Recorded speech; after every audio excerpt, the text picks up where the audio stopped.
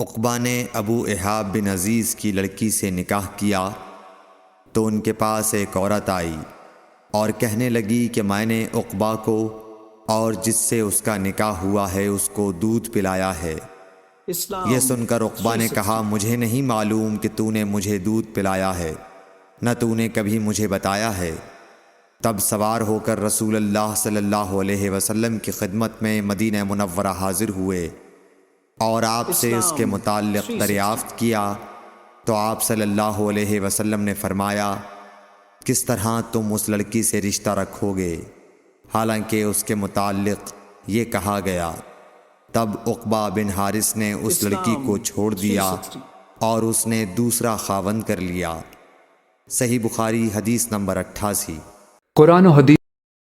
حضرت عمر سے روایت ہے کہ میں اور میرا ایک انصاری پڑوسی دونوں اطراف مدینہ کے ایک گاؤں بنی امیہ بن زید میں رہتے تھے، جو مدینے کے پورب کی طرف بلند گاؤں میں سے ہے۔ ہم دونوں باری باری حضرت صلی اللہ علیہ وسلم کی خدمت شریف میں حاضر ہوا کرتے تھے۔ ایک دن وہ آتا، ایک دن میں آتا۔ جس دن میں آتا اس دن کی وحی کی اور رسول اللہ صلی اللہ علیہ وسلم کی فرمودہ دیگر باتوں کی اس کو خبر دے دیتا تھا، اور جب وہ آتا تو وہ بھی اسی طرح کرتا۔ تو ایک دن وہ میرا انصاری ساتھی اپنی باری کے روز حاضر خدمت ہوا۔ جب واپس آیا تو اس نے میرا دروازہ بہت زور سے کھٹکھٹایا اور میرے بارے میں پوچھا کیا عمر یہاں ہیں؟ میں گھبرا کر اس کے پاس آیا۔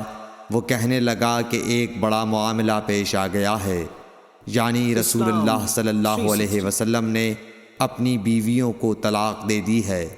پھر میں اپنی بیٹی حفصہ کے پاس گیا، وہ رو رہی تھی۔ میں نے پوچھا کیا تمہیں رسول اللہ صلی اللہ علیہ وسلم نے طلاق دے دی ہے؟ وہ کہنے لگی میں نہیں جانتی۔ پھر میں نبی کی خدمت میں حاضر ہوا۔ میں نے کھڑے کھڑے کہا کہ آپ نے اپنی بیویوں کو طلاق دے دی ہے؟ آپ صلی اللہ علیہ وسلم نے فرمایا نہیں، یہ افواہ غلط ہے۔ تب میں نے تعجب سے کہا اللہ اکبر، اللہ بہت بڑا ہے۔ صحیح بخاری حدیث نمبر 89۔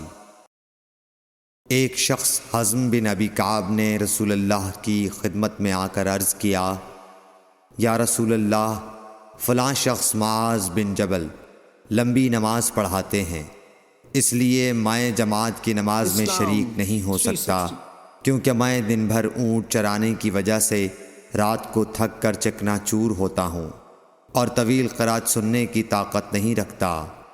ابو مسعود راوی کہتے ہیں کہ اس دن سے زیادہ میں نے کبھی رسول اللہ صلی اللہ علیہ وسلم کو وعظ کے دوران اتنا غضبناک نہیں دیکھا۔